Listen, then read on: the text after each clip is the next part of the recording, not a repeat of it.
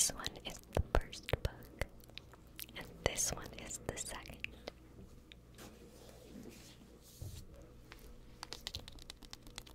I'm gonna start by reading a little bit of the first one and then moving on to the second.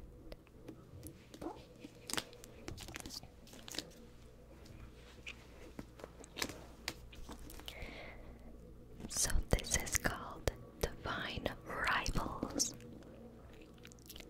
by Rebecca Ross. Rebecca Ross. No God, no creature, no war can come between them.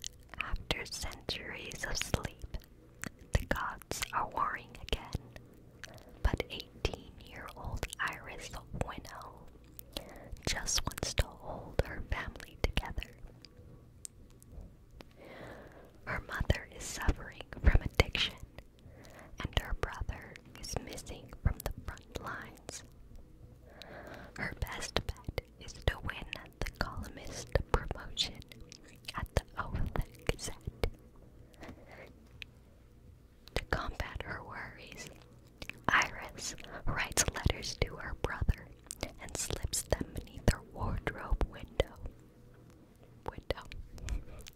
Her wardrobe door, where they vanish into the hands of Roman Kit, her cold and handsome rival at the paper. When he anonymously writes Iris back, the two of them forge a connection that will follow Iris all the way to the front lines of battle for her brother, the fate of mankind, and love.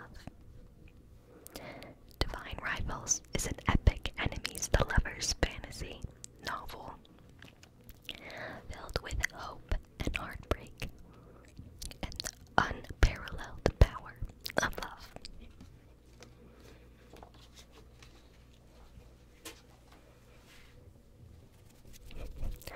So I'm not gonna lie, if you're not super into romance books like I am, that might have sounded a little cliche, a little ooey gooey, but the plot of this book was really interesting and the characters are lovely. And normally I don't super love like darker books. Not that it was necessarily dark, but I love just like a happy-go-lucky book. And this one actually has a lot of war in it, but I thought it was written very well, and I was really captivated.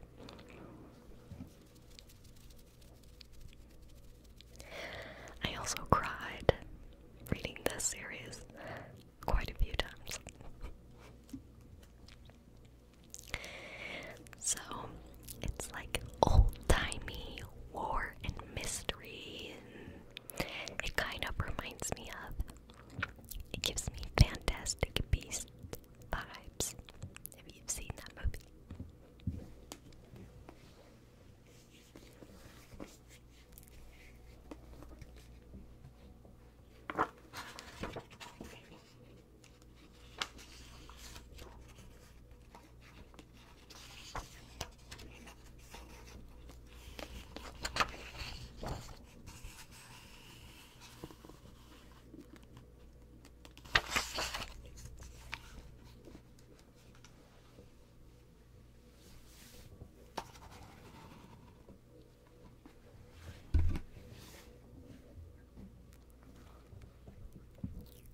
Prologue. Cold fog had settled over the depot like a burial shroud, and Iris Winnow thought the weather couldn't have been better.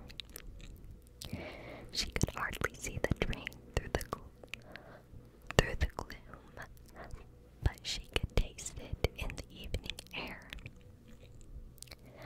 Metal and smoke and burning coal, all woven together with a trace of petrichor. The wooden platform was slick beneath her shoes, gleaming with rain puddles and piles of decaying leaves. When Forrest came to a stop at her side, she stopped as well, as if she were his mirror.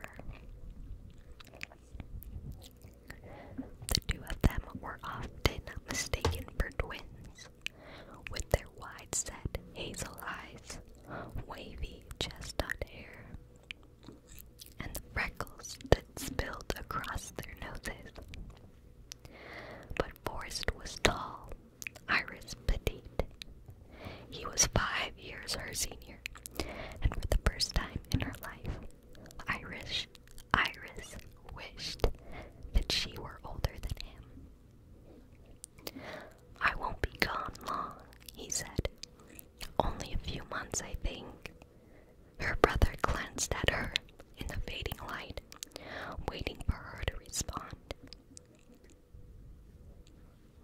was eventide, the moment between darkness and light, when the constellations began to dust the sky and the city lamps flickered to life. In reply, Iris could feel the draw of it, Forrest's concerned stare, and the golden light that illuminated the low-hanging clouds, and yet her eyes watered.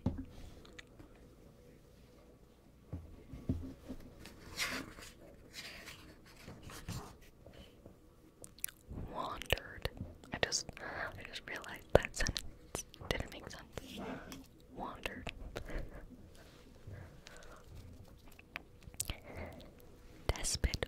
Desperate for a distraction, a moment to blink away her tears before Forrest could see them.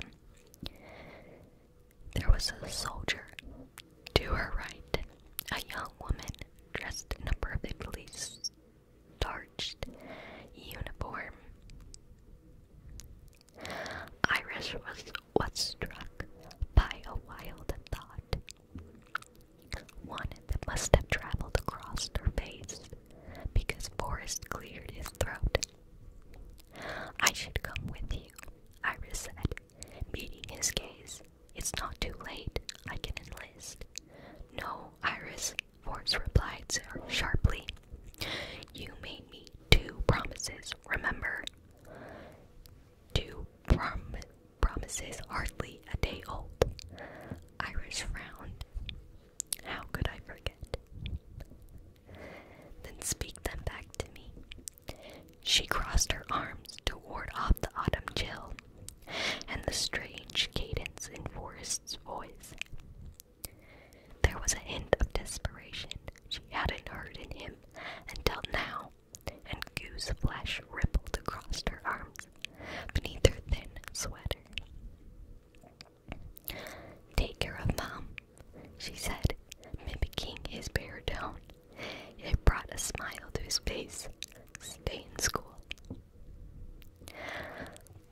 I believe it was a bit more than a gruff "stay in school," Boris said, nudging her foot with his boot. You brilliant academic who has yet to miss a day of class in all her years. They give awards for that, you know.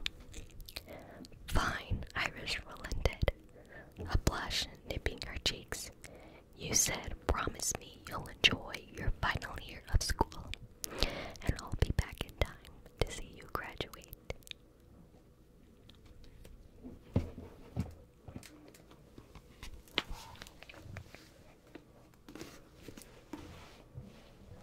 Will he though? Just gonna read the book. I'm gonna start on the second one now. Ruthless Vows.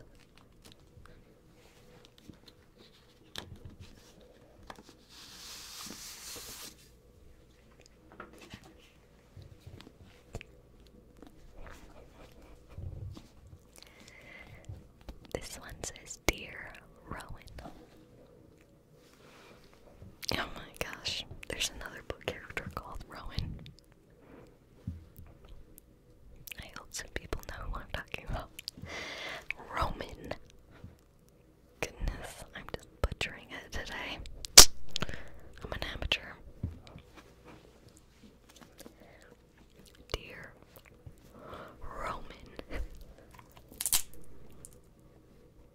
That's crispy.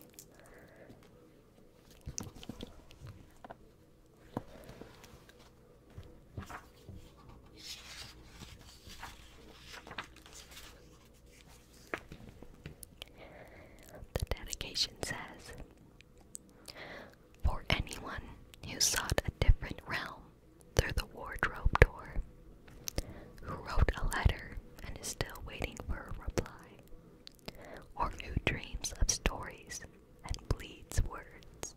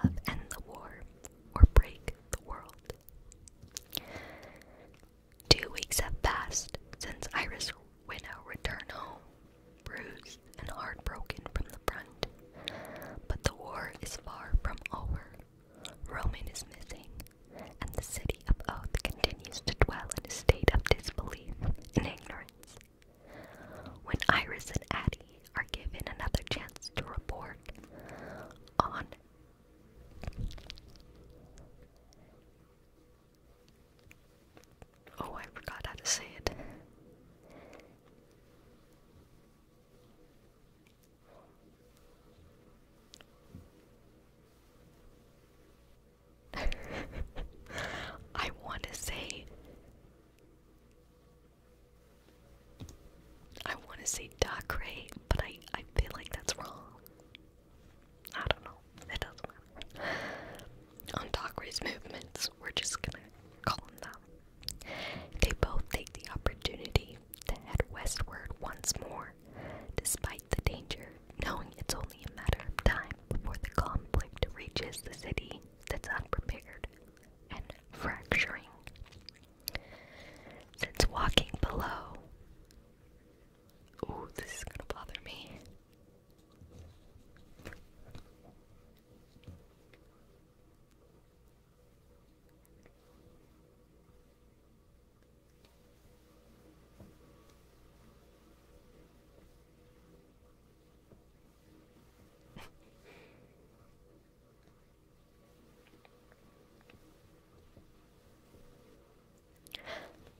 Since walking below into Craig's realm, Roman cannot remember his past.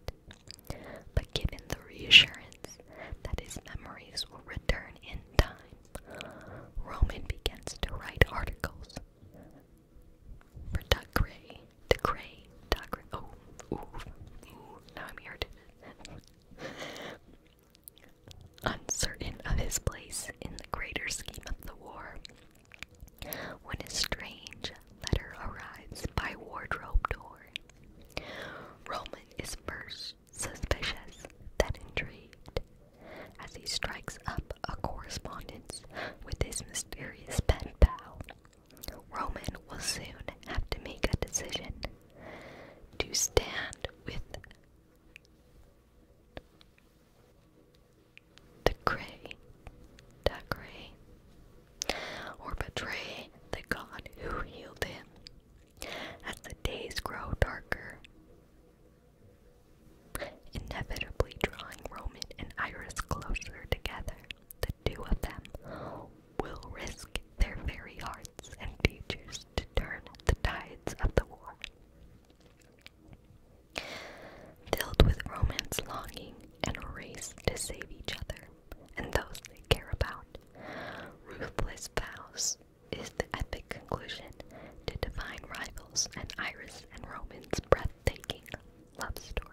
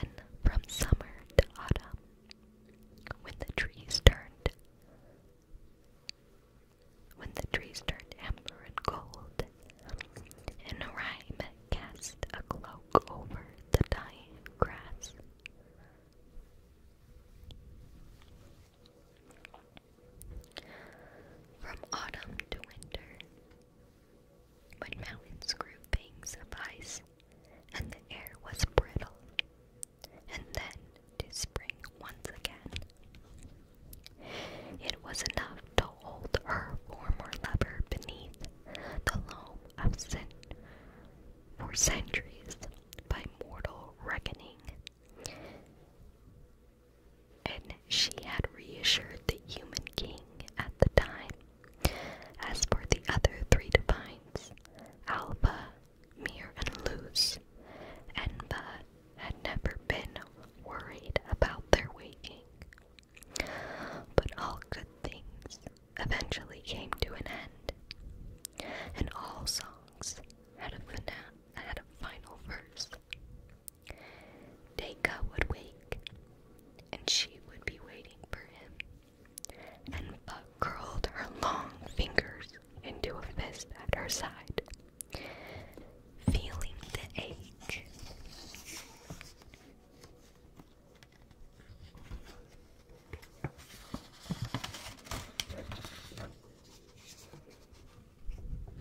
In her swollen knuckles, she had known her spell would end, but what she hadn't anticipated was the cost of swallowing so much power. Momentarily lost to the past, Enva stood in a shadow on Broad Street, watching people hurry along their way, oblivious to her presence. But she was often overlooked, as was her preference. She could melt into a crowd of mortals like she had been born among them, with flesh doomed to bleed and decay, with a spirit that was like a candle flame, flickering and incandescent, burning brilliant in the darkness. She waited a few more moments for the sun to set. Only then did she step forward into the dusk and cross the street, her eyes on a particular cafe. She was almost certain she had been here before, long, long ago, before the city had risen from a cross-hatching of cobblestones, before the buildings had been made tall, had been made of tall steel skeletons. She could almost remember this place if she let her memories fall back in time, if she dared to relive the era when she had dwelled with Deka below, when she could have drowned in such lonely shadows, waking in his bed, longing for the sky. He had put her in a gilded cage, but she had slipped away from his grasping hands.